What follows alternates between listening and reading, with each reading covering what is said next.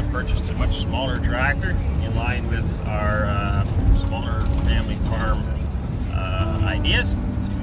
Picked up a much smaller tractor. We have been tossing around for years what to do. We would like a garden tractor, or something in the 40 horsepower range to do garden work with. And we've also been talking about getting a skid steer for doing construction projects and things like that. We decided, rather than making two purchases, it costs a lot more, to combine those two and just buy a smaller tractor, in the 70, 80 horse range.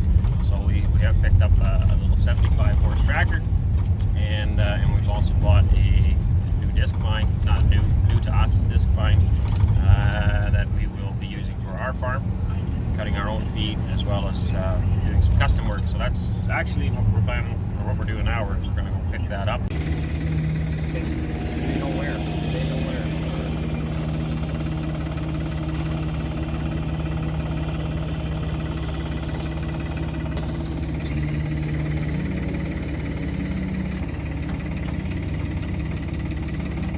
Okay, so we got the hay vine and we got the little tractor, but we can't find the shaft.